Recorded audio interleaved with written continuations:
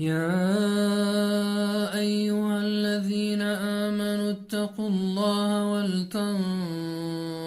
نفس ما قدمت لغد واتقوا الله إن الله خبير بما تعملون ولا تكونوا كالذين نسوا الله فأنساهم أنفسهم أولئك هم الفاسقون